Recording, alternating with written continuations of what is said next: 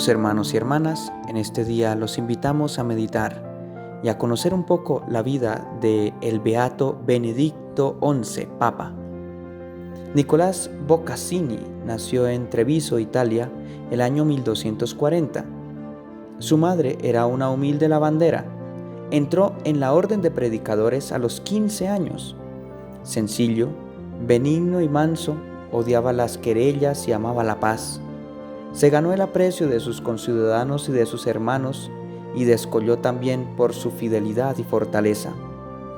Rigió 2 veces la provincia de Lombardía y luego 2 años la orden entera de predicadores, entre los años 1296 y 1298, como gran amante e impulsor de la comunidad. Creado cardenal por el Papa Bonifacio VIII en 1298, él mismo lo nombró legado en Hungría, Polonia y Austria. Desde el año 1300 fue obispo de Ostia y Velletri. Estaba junto al pontífice cuando Sciarra, Colonna y Guillermo de Nogaret, emisarios del rey Felipe IV el Hermoso, lo injuriaron gravemente. Poco después murió Bonifacio VIII y Nicolás le sucedió en el pontificado, tomando el nombre de Benedicto XI. Durante el tiempo de su pontificado, 22 de octubre de 1303 y 7 de julio de 1304, se dio a la tarea de restaurar la paz en Inglaterra y Alemania y procuró la reconciliación de Francia con la sede apostólica. Ayudó con paterna benignidad a los frailes mendicantes. Murió santamente en Perusa el día 7 de julio de 1304 y en la iglesia de Santo Domingo Nicolás de Pisa le erigió un espléndido sepulcro. Clemente XII confirmó el culto que se le tributaba desde tiempo inmemorial el 24 de abril de 1736.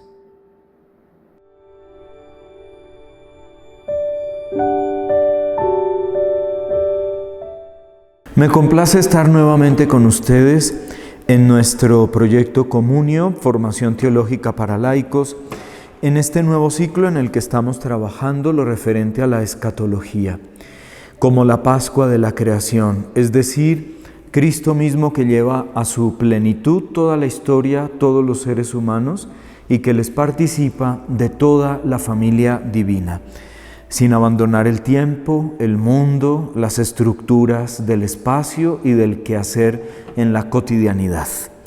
Hablaremos del capítulo 4 del manual que vamos siguiendo como texto guía de Ruiz de la Peña, la parusía como Pascua de la creación. Siempre que hablamos de parusía hay que comprender también el juicio y también la finalidad de la historia humana. Y también la creación y el sentido de la creación que tiende hacia una Pascua, así como Jesús hizo su Pascua. Por tanto, la palabra parusía la podemos entender desde el concepto de Adviento, que cada año durante algunas semanas nos prepara para la Navidad. La palabra viene del griego parusía y significa manifestación, contacto de las divinidades con sus pueblos, una irrupción de Dios o de las divinidades en el mundo del culto helénico. El emperador también era saludado cuando llegaba a los territorios de su extensión y él mismo era reconocido como portador de una salvación. Y el pueblo aguarda con expectación la venida del emperador, puesto que la misma espera consigue ya una gracia. Con mayor razón en los textos del Nuevo Testamento, más que en la tradición veterotestamentaria, la parusía toma este aspecto helénico, es decir, una manifestación de Dios que comparte la cotidianidad, comparte la historia. Nos encontramos en el primer punto del capítulo 4, los datos del Nuevo Testamento y la parusía que yo quisiera entender como el Adviento. Así como preparamos durante algunas semanas la Navidad el misterio de la encarnación y de la manifestación de Dios en la naturaleza humana, en la materia, asimismo, parusía implica un compartir con Dios en nuestra cotidianidad, en nuestros afanes de todos los días. La parusía, por tanto, no implica lanzarnos fuera del tiempo, sino valorar el tiempo.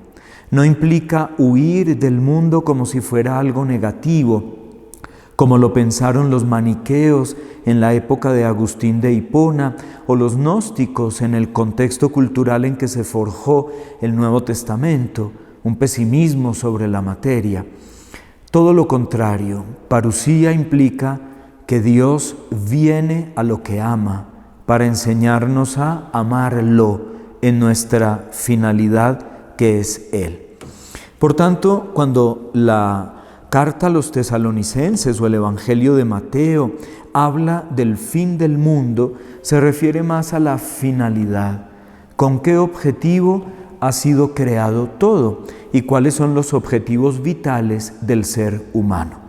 A la plenitud de este proceso se le llama eshatón, al momento en que se encuentra Dios, que se manifiesta, que hace parusía, es decir, un acto comunicativo. En ese momento aparece el eshatón, una plenitud.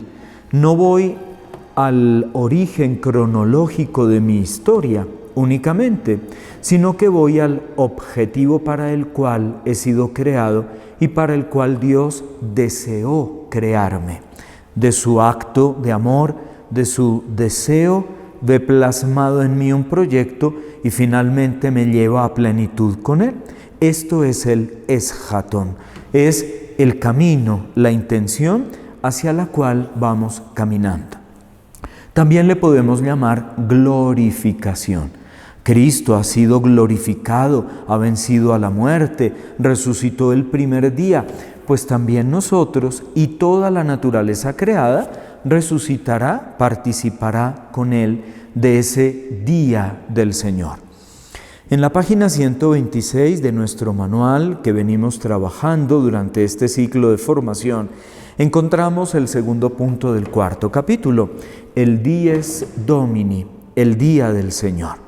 Y quiero leer este día del Señor, del cual Jesús mismo habló en el Evangelio y también San Pablo en la variedad de sus cartas, no como el regreso a un origen cronológico, sino como el objetivo para el cual todas las cosas han sido creadas. Día del Señor está relacionado con Adviento, con parusía, con encuentro de comunicación con Dios. Por tanto, es la expresión más usada en el Nuevo Testamento para referirse a la manifestación del Señor, la venida del Hijo del Hombre, que se encuentra en el Evangelio de Marcos, en el capítulo 13 y 14, en el Evangelio de Mateo, en el capítulo 10 y en el 16, y en el Evangelio de Lucas, en el capítulo 12. Por tanto, el Nuevo Testamento valora la expresión griega parusía, usada en la época imperial, no así el Antiguo Testamento, en donde es raro encontrar el concepto griego de parusía como manifestación. Ahora bien, la parusía, el encuentro de comunicación, la manifestación de Dios, se relaciona también con epifanía, ¿verdad? Y en las cartas pastorales de San Pablo se habla más de epifanía que de parusía, ¿vale? Se usa frecuentemente este término en el mundo helénico para referirse a las manifestaciones de las divinidades paganas o a personajes de la monarquía que se presentan como una revelación de mediación entre las divinidades y el ser humano en su contexto. Más tarde, en la época helénica, me refiero hacia el siglo II y I antes de Cristo, y luego ya en la época romana, el primer siglo después de Cristo, se usaba como término equivalente parusía y epifanía, pero en ambos conceptos es una mediación para comunicar al hombre con la divinidad. En sentido cristiano es mejor hablar de un adviento, ¿no? Un advenimiento, un encuentro en el que Dios nos manifiesta, nos dice que es posible su gloria y nos hace participar de ella a través de una categoría que es la encarnación, la Navidad, ¿no? La natividad, una epifanía. Hay una expectación gozosa, estamos en el punto 3 del capítulo 4, que domina en la carta a Tito y se habla de una feliz esperanza.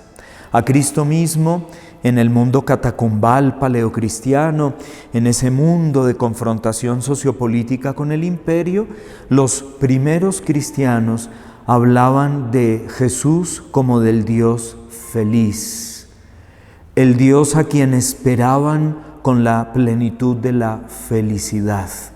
Así nos lo demuestra, por ejemplo, la carta de Plinio el joven a Trajano, escrita en el año 112, cuando bajo tortura logra que 2 diaconisas le revelen la estructura de la celebración vigiliar de los cristianos antes del primer día de la semana.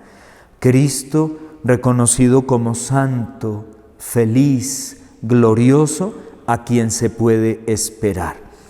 La palabra parusía, que emparenta con epifanía, también tiene relación con la palabra apocalipsis, es decir, revelación de algo que le da sentido a la existencia.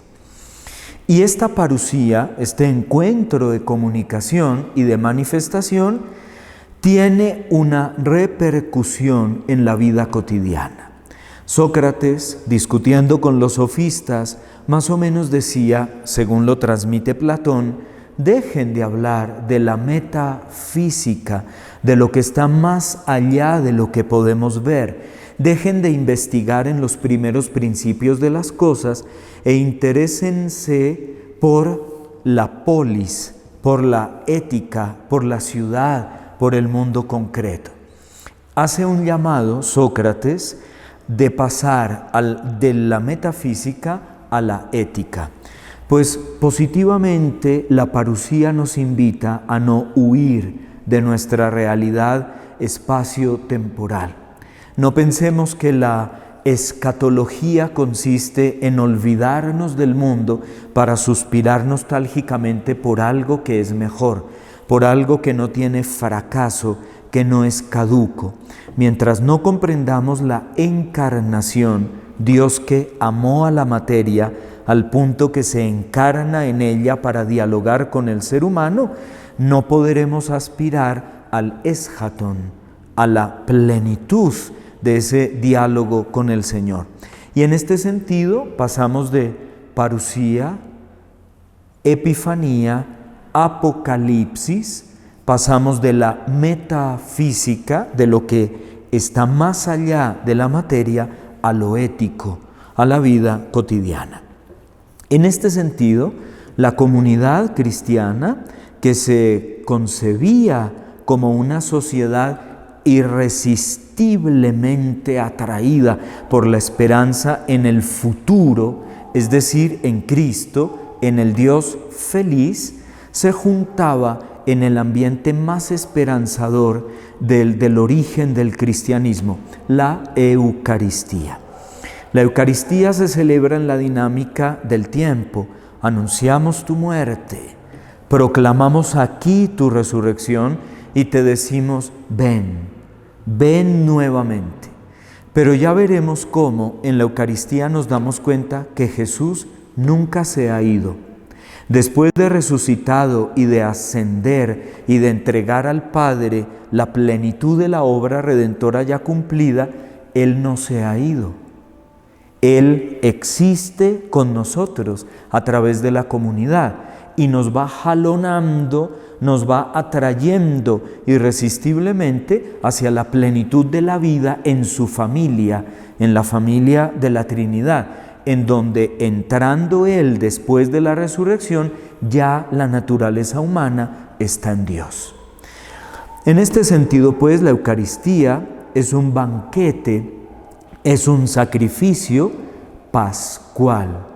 Él que viene a nosotros, nosotros atraídos irresistiblemente por Él. De manera que decimos con los antiguos cristianos, Maranatá o Marán-atá, el Señor que viene, o también ven, Señor.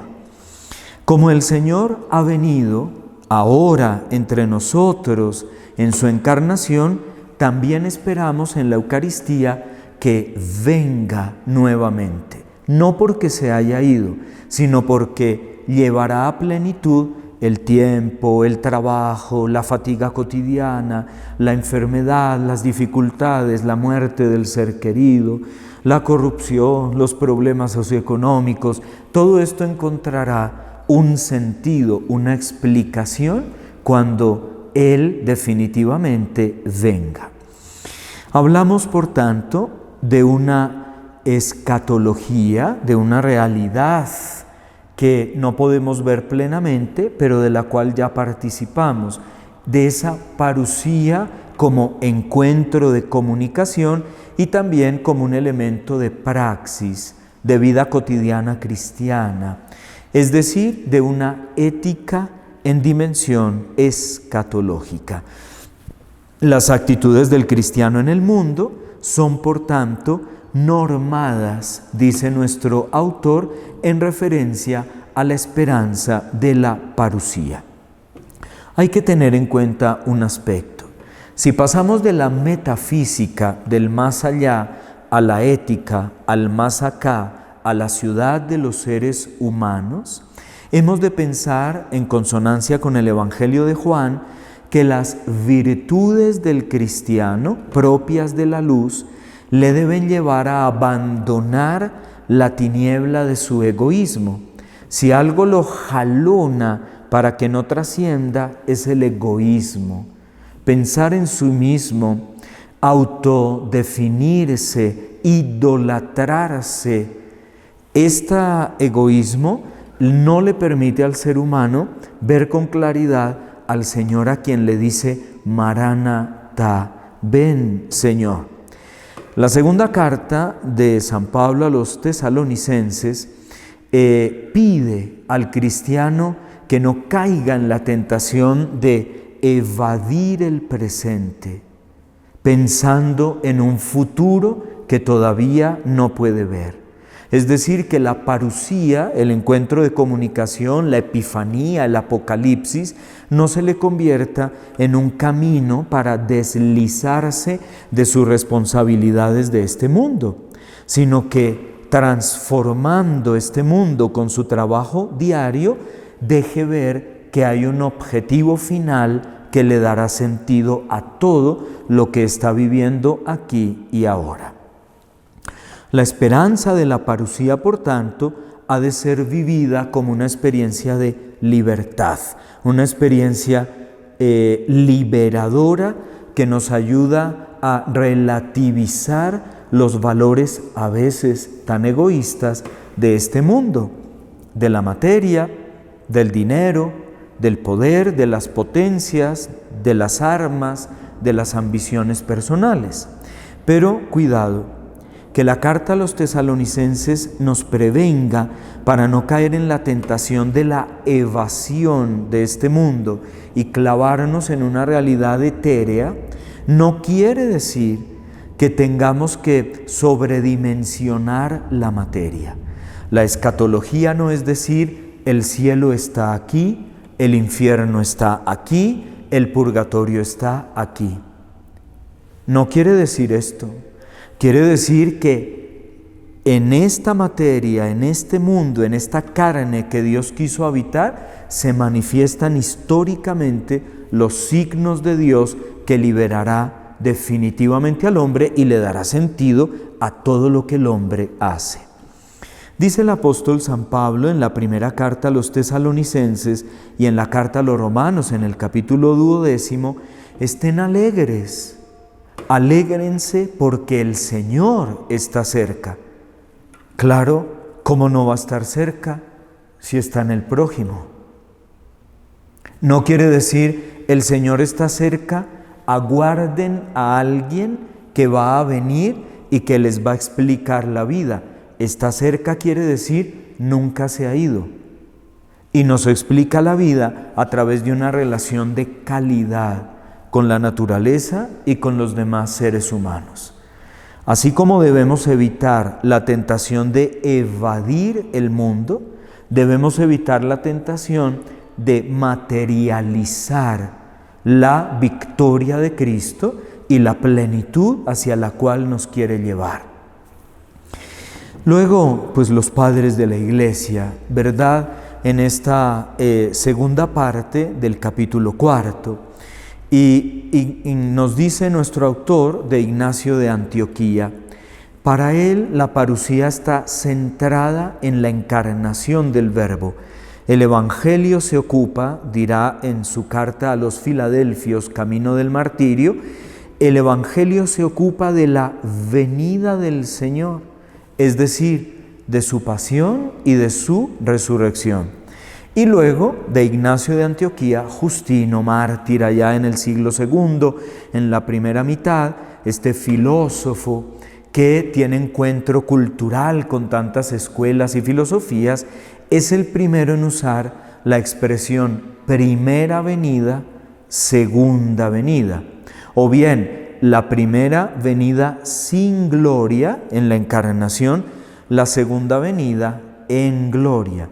Y aquí podemos relacionar, como mencionaba al comienzo, la parusía con el juicio, la parusía con una manifestación de la gloria contundente del Señor. Si nos damos cuenta, la Pascua de Egipto a la tierra prometida o de Babilonia a la reconstrucción de la ciudad, la Pascua de Cristo de la muerte a la vida en la obediencia a su Padre son epifanías, son ya golpes contundentes de Dios en la historia humana. La escatología no nos hace huir del mundo, la parusía no nos incomunica del prójimo. Luego, con Justino, surge la expresión también en la época de los padres, et iterum venturi seculi judicare vivos et mortuos, y he aquí que vendrá con gloria para juzgar a los vivos y a los muertos. El juicio no ha de entenderse como una judicialización o una penalización del ser humano por ser bueno o malo, sino como una manifestación de la gloria del Señor. El Evangelio de Mateo al capítulo 25, cuando dice, vengan benditos, gocen de mi reino, y luego apártense de mí, malditos. No se está refiriendo a una judicialización del ser humano, porque en ese caso triunfaría la justicia humana, que al bueno le va bien, al malo le va mal, sino que triunfa el golpe contundente de Dios que manifiesta la salvación para todos. Y solo Dios tiene en su mano el definir los límites del bien y del mal. Ahora, en la celebración eucarística, volvamos a este punto, la comunidad creyente es una comunidad que se define por la esperanza en la venida gloriosa del Señor, de este juez que manifestará su gloria, su justicia, que no se ha dejado triturar por la justicia humana, por la judicialización de las acciones, sino que manifiesta como juez su misericordia. Cristo, por tanto, está presente en la Eucaristía, está presente en la comunidad de la esperanza, y a medida que vive la esperanza, ya comienza a actuar el juicio de Dios. De la Edad Media hasta el Vaticano II, dice Ruiz de la Peña en el manual que estamos siguiendo, solo 2 veces en el magisterio de la Iglesia se presenta el concepto teológico de parusía, que ya entendemos como epifanía, apocalipsis, manifestación de comunicación y juicio. Y es en el 4º concilio de Letrán, Edad Media, y en la profesión de fe del emperador Miguel Paleólogo. Y nuestro autor se lamenta de que durante el medioevo el vocablo se use poco, pero yo me pregunto, un poco desafiando la lectura, ¿no será que el término parusía se relativizó o la dimensión de un Señor que juzga salvando a todos, que se encuentra para comunicarse, que da esperanza? ¿No será que los paisanos del medioevo se desencantaron del más allá y empezaron a pensar en el más acá? ¿Y cuál sería la razón? 4 siglos de peste negra, 4 siglos de muerte.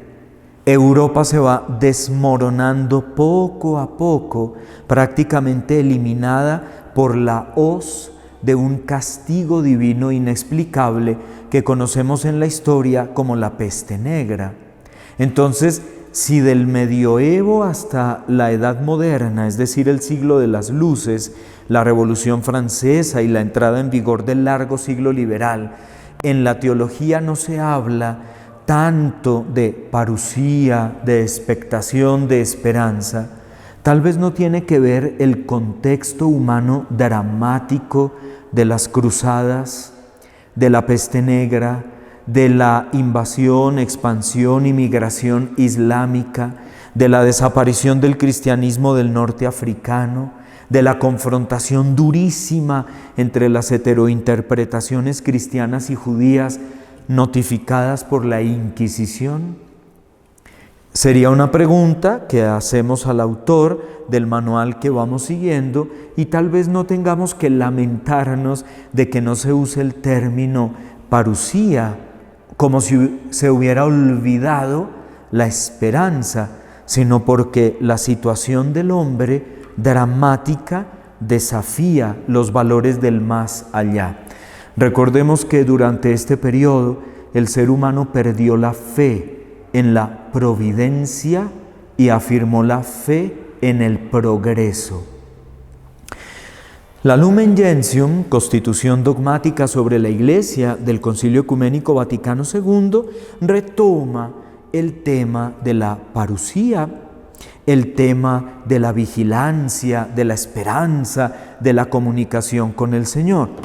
Es normal, porque la Constitución Lumen Gentium se escribe en el boom económico de Europa y de Norteamérica, no en la peste negra.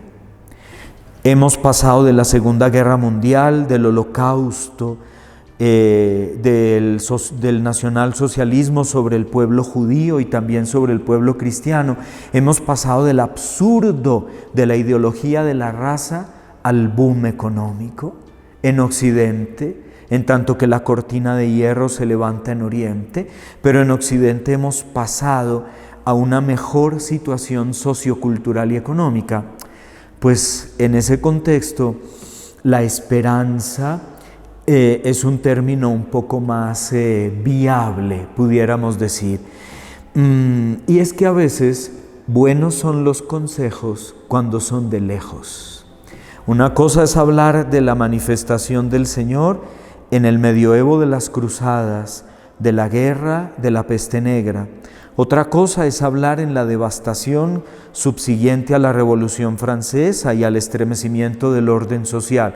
Otra cosa es hablar después de la Segunda Guerra Mundial en el boom económico. Sea como fuere, el Concilio Vaticano II restaura el concepto teológico, lo redimensiona y nos hace entrar en unas coordenadas teológicas más esperanzadoras, menos pesimistas y al mismo tiempo más incardinadas en la realidad socioeconómica, laboral, familiar.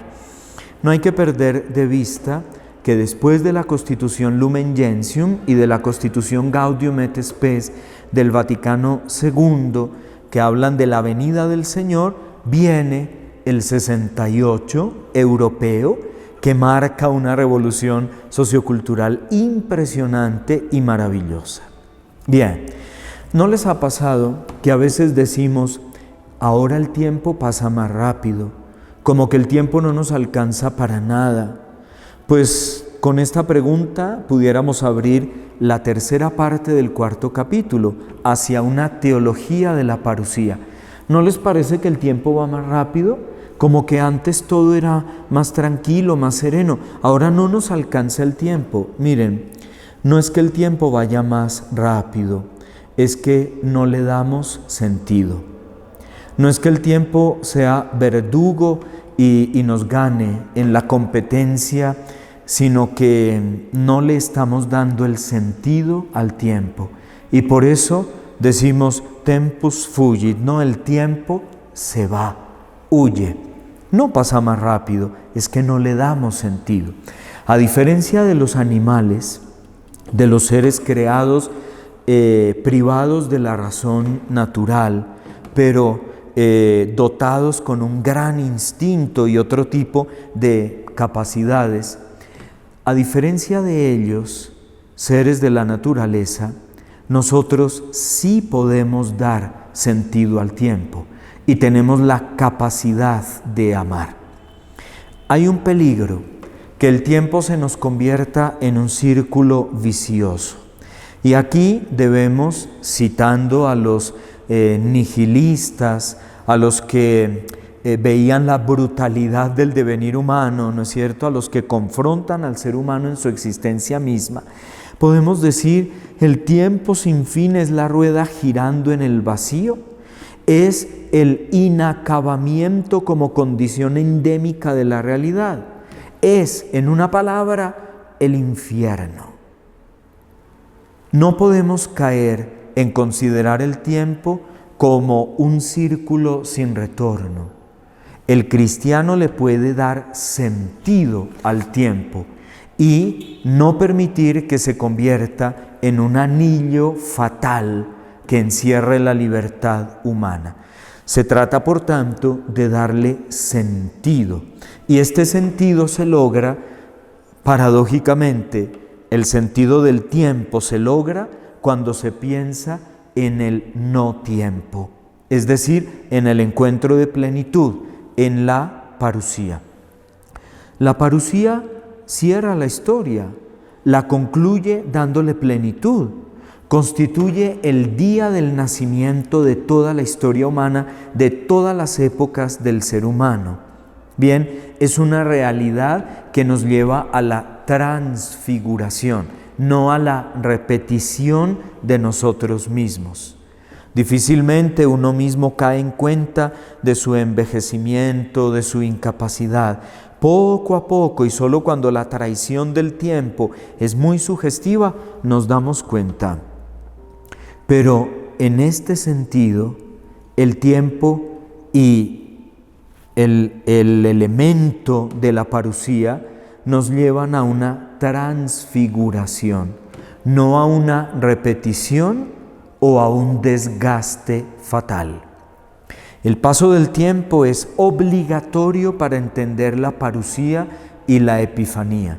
Pero ¿de qué tiempo hablamos? ¿Del que se va sin que nos demos cuenta? ¿Del ciclo fatal repetitivo? No, estamos hablando de una transfiguración. El ser humano que aunque envejezca, se debilite, pierda capacidades, pierda reacción, reflejos, es un ser humano transfigurado hacia la plenitud. Por tanto, la parusía nos llevaría en verdad del fin de las cosas a la finalidad de nuestro proceso vital. Los teólogos protestantes y también los católicos durante el siglo XIX y la primera mitad del siglo XX afianzaron una visión respecto del juicio, el fin, la finalidad y la parusía. ¿Cuál? Decían que la consumación escatológica tendría lugar en la muerte y en la resurrección de cada ser humano, que llevaba consigo un fragmento del mundo. Es decir, en el equipaje existencial de cada ser humano iba una parte de mundo, de espacio, de tiempo, ¿sí?, de historia, y que la consumación escatológica se daba en la muerte y en la resurrección individual, ¿verdad? Y que de esta manera, continúan estos teólogos, iba haciendo extensiva a toda la realidad creada el reino de Dios. Por tanto, el último día, el dies Domini, el día del Señor, cuando Él ha de venir, no es otra cosa que la muerte de cada cual. Este concepto, esta afirmación, tiene media verdad. Hace falta otro punto para llegar a la verdad completa, según la mentalidad cristiana. Podemos decir sí. El día del Señor, el último día, es la muerte de cada cual. Cuando trasciende la dimensión espaciotemporal y va a una dimensión de plenitud, que no significa evadir la historia humana en el tiempo, como lo hemos mencionado antes, sino llevar esa historia humana a la plenitud para la cual fue creada. Entonces, sí es verdad que en cada ser humano el último día, el día del Señor, es esa muerte individual de cada cual. Eso es verdad. Pero también es verdad y completa esta afirmación que la parusía, el último día, en la muerte de cada cual, es también plenitud de todo y de todos en común, no del ego. Es decir, la parusía no es sálvese quien pueda. La parusía es un proyecto común, es una marca que identifica a la humanidad. Estamos hablando, se comprende, desde la mentalidad cristiana, desde la concepción cristiana del tiempo y del espacio. La escatología, por tanto, dice relación esencial al tiempo. No podemos hablar de parusía y de escatología sin considerar el tiempo.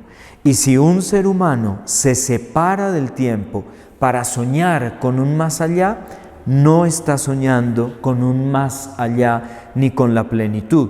Está soñando con él mismo y con la superación de sus complejos que lo limitan tremendamente. Entonces, afirmar el término de la historia no equivale a afirmar un fin del mundo en una catástrofe cósmica.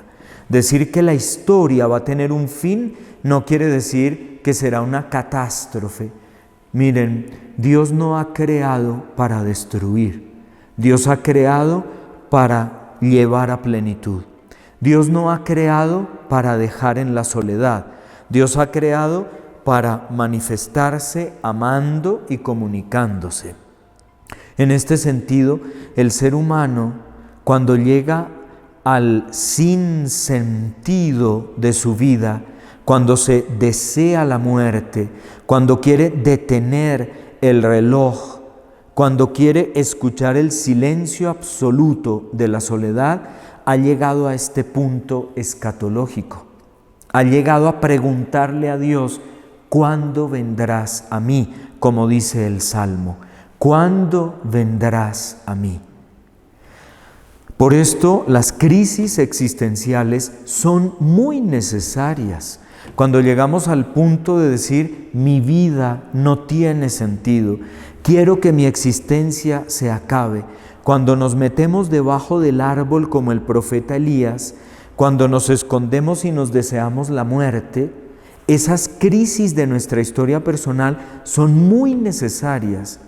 Y es muy necesario también el saber el objetivo, el método y el efecto de esa crisis existencial. Dios no ha creado para desbaratar. Dios ha creado para comunicarse. Dios no ha creado para destruir en un espectacular fin del mundo, no en un mal sentido apocalíptico. Dios ha creado para llevar a plenitud de vida. Por eso dice Jesús en el Evangelio de Juan, he venido para que tengan la vida. Ya la tenemos, Señor, antes de que vinieras. Lo que pasa es que he venido para que la tengan en plenitud. Ahí cambian las cosas. Luego, avanzando en nuestro capítulo, encontramos la parusía en relación con la Pascua de la creación. Y de plano, digamos desde ahora, la creación está llamada a una Pascua. La creación, el tiempo, incluso la banalidad de las cosas que consideramos menos objetivas o despreciables, tienen su propia Pascua, tienen un sentido. Nada hay en la naturaleza que no tenga un sentido, un objetivo, que no se dirija a un final glorioso. Nada, ni siquiera nuestros pecados mortales, porque los pecados mortales son obra de la libertad humana y nuestra libertad tiene un objetivo, un sentido. Por esto, cuando hablamos de Pascua de la creación, estamos diciendo todo, enteramente todo, tiene un sentido. También la injusticia, también. Pero toda injusticia es pecado, dice la Escritura, sí. Pero viniendo de la libertad humana en una elección inmadura e idolátrica, puede ser asumida y se le puede dar un horizonte y puede tener un método, un punto pedagógico en el método de la vida humana. Por tanto, la parusía se entiende no como un símbolo bonito de lo más perfecto que yo soy, que llegará a la plenitud, sino como un acontecimiento histórico. Y las fuentes de la historia son todas, no una parte. Por tanto, preguntémonos, con nuestro autor Ruiz de la Peña, ¿consistirá simplemente la parusía en un descubrimiento o revelación de lo ya ahora ocultamente presente? Es decir, la parusía será levantar el velo que cubría algo que ya veíamos la figura, pero no alcanzábamos a ver los rasgos de la figura. ¿Consistirá la parusía en quitar el velo, en desvelar? ¿O consistirá en el acontecimiento que cierra la historia y que conlleva además un coeficiente de novedad inédita hasta entonces? La parusía tiene un carácter revelador.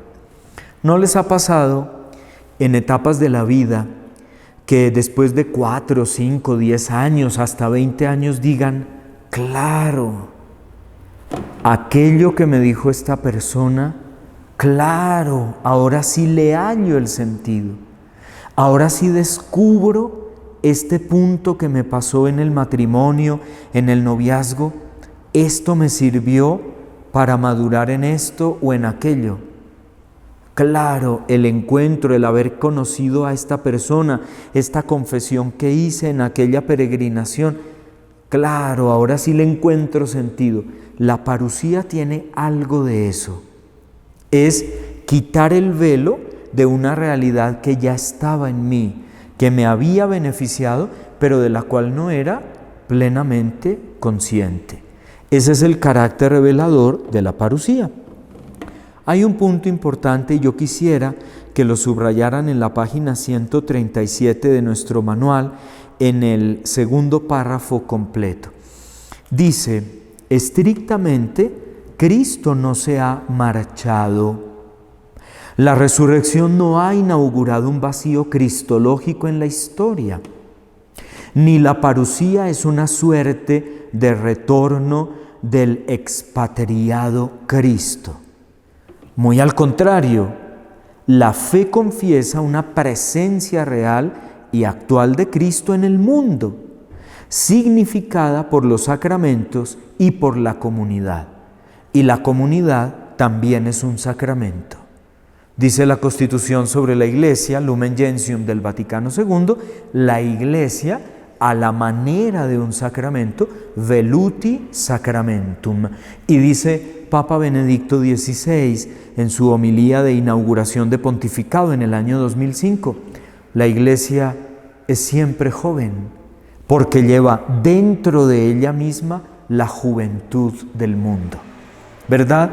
Entonces, si nosotros vemos la parusía como acto de revelación, debemos aceptar que Cristo nunca se fue, que nunca estuvo expatriado, que la resurrección no abrió un camino de vacío cristológico, que aquello que ya llevábamos dentro, tal vez sin comprenderlo, en la oscuridad de lo que debemos creer por la fe, un buen día se nos va a revelar, como cuando decimos, claro, esto que me pasó tenía sentido.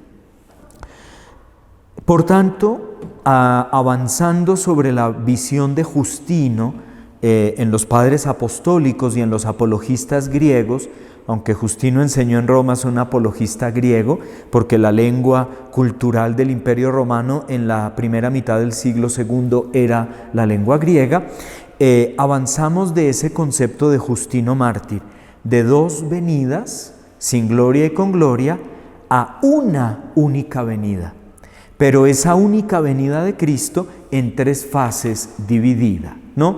Y me quiero detener hablando de esas tres fases que pueden encontrar en este capítulo 4, vamos en la página 138, la parusía desvela la presencia real de Cristo, nunca se fue. Es una presencia real, pero una presencia incógnita, de modo que se hace patente para todos e inaugurará la tercera y la definitiva fase o forma de venida de Cristo en la realidad creada. Vamos llegando hacia el final de nuestra consideración de este cuarto capítulo y juntamente con la palabra escatología, parusía, epifanía, apocalipsis, manifestación, juicio, pues debemos tocar también la palabra consumación, ¿verdad? ¿En qué consiste concretamente la consumación? Pues en el momento de la novedad, el momento en el que se revela para cada ser humano en su historia personal que algo que llevaba dentro tiene sentido.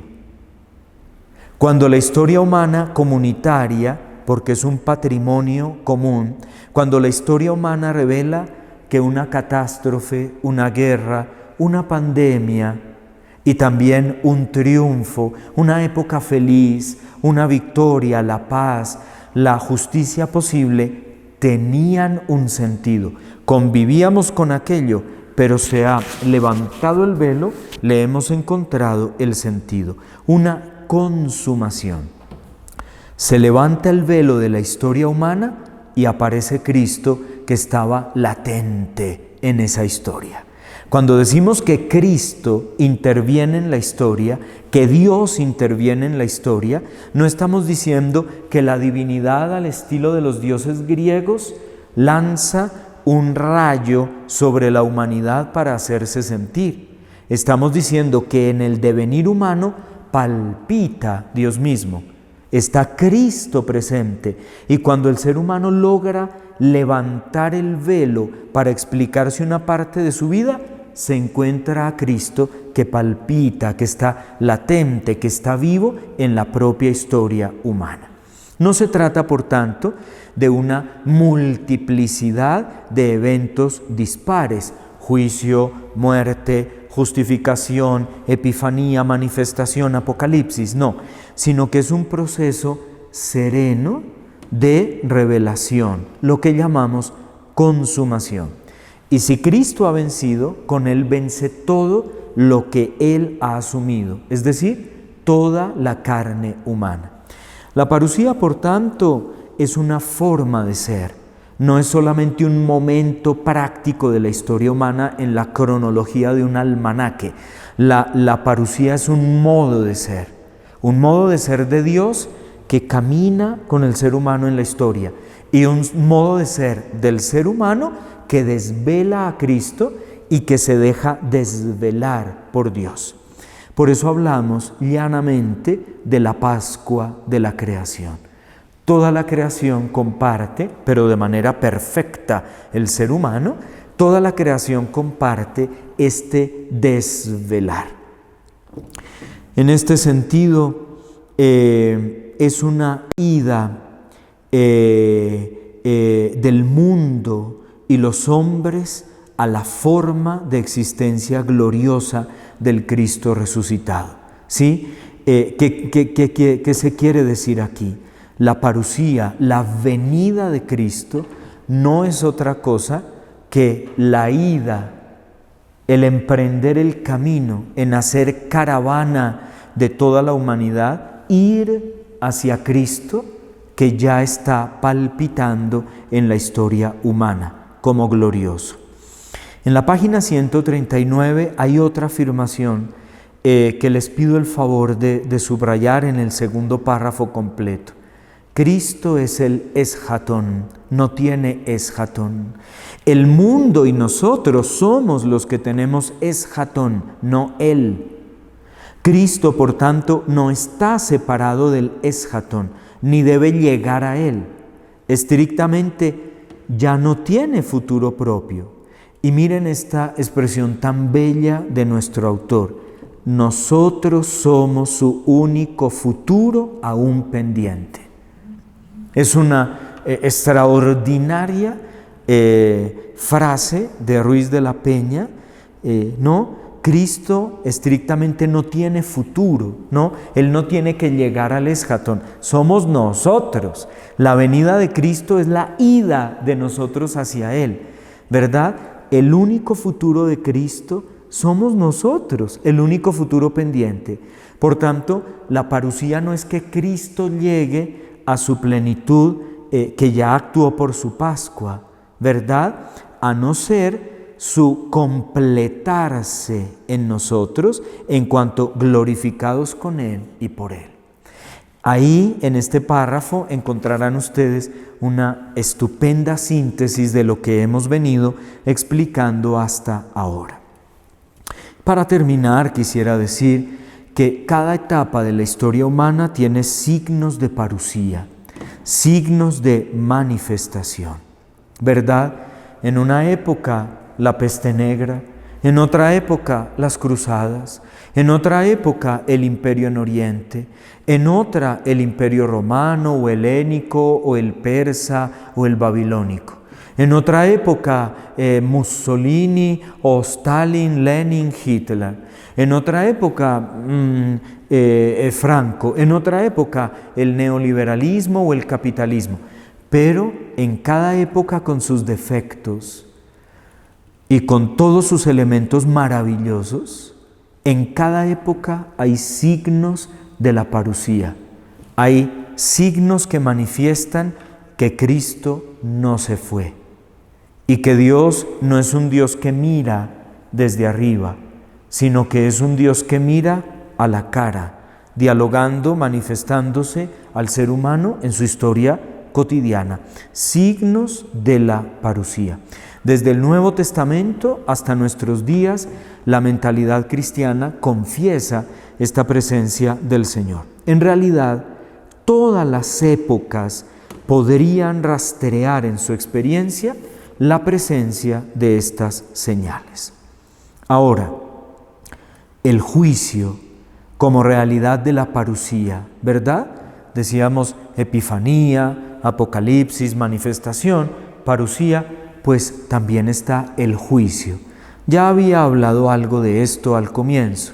Miren, cuando el ser humano levanta el velo y descubre a Dios que nunca se había ido, y a ese descubrimiento le llama consumación, le llama Dios en la historia, le llama parusía, el ser humano se da cuenta que el juicio no es la penalización del hombre por su mal comportamiento o el premio por sus grandes virtudes, sino que es la manifestación de la justicia divina, es decir, que todos los seres humanos estábamos llamados a la salvación.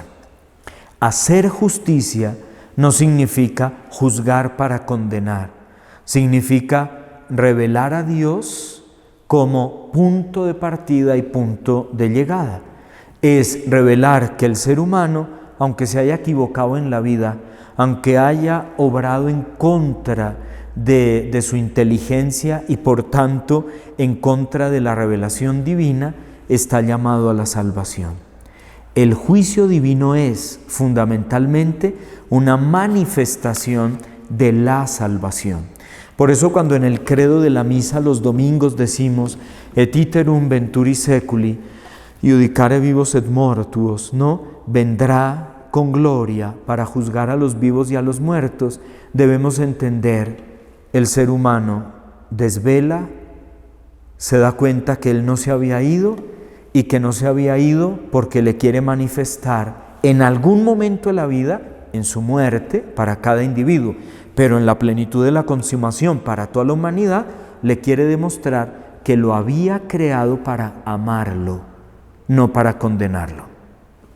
Que lo había creado para conservarlo y llevarlo a plenitud, no para pulverizarlo en el día de la ira. ¿No? Este es el punto que tal vez la justicia humana no nos permite comprender, porque nosotros decimos al malo el castigo, al bueno el premio. Dios dice, pues a todos por igual el mismo amor, la misma justificación, la misma salvación. Pero que se ha portado mal, Dios tiene un metro con los números un poco al revés, según nuestra mentalidad.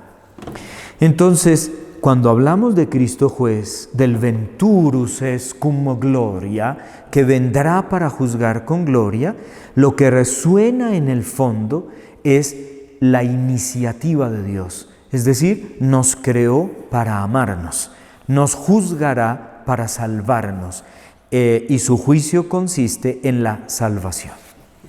Una de las secuencias de difuntos que fue escrita por un franciscano en el siglo XIII, Celano, y que luego se usó en la misa de difuntos hasta antes de la reforma del Concilio Ecuménico Vaticano II, empezaba diciendo dies ire, dies illa, ¿no?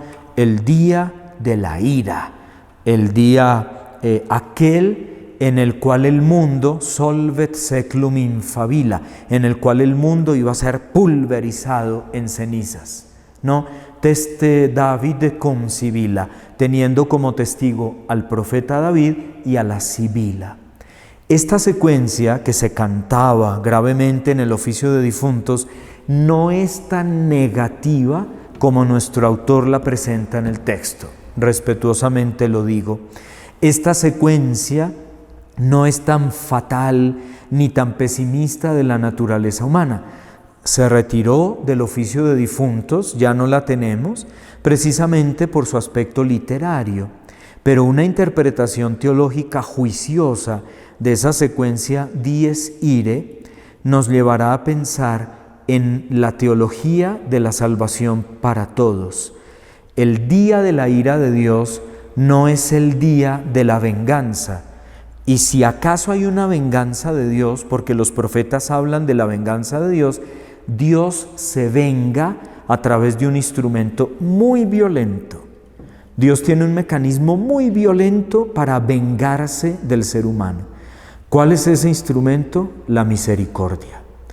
A todos muchas gracias, que podamos seguir caminando en este proceso de formación, de lectura, de solidaridad cristiana, y deseo a todos pues buen estado de salud, un encuentro con Cristo muy íntimo y muy gozoso, una parusía cotidiana que dé sentido, que levante el velo y que nos demos cuenta que nunca se había ido.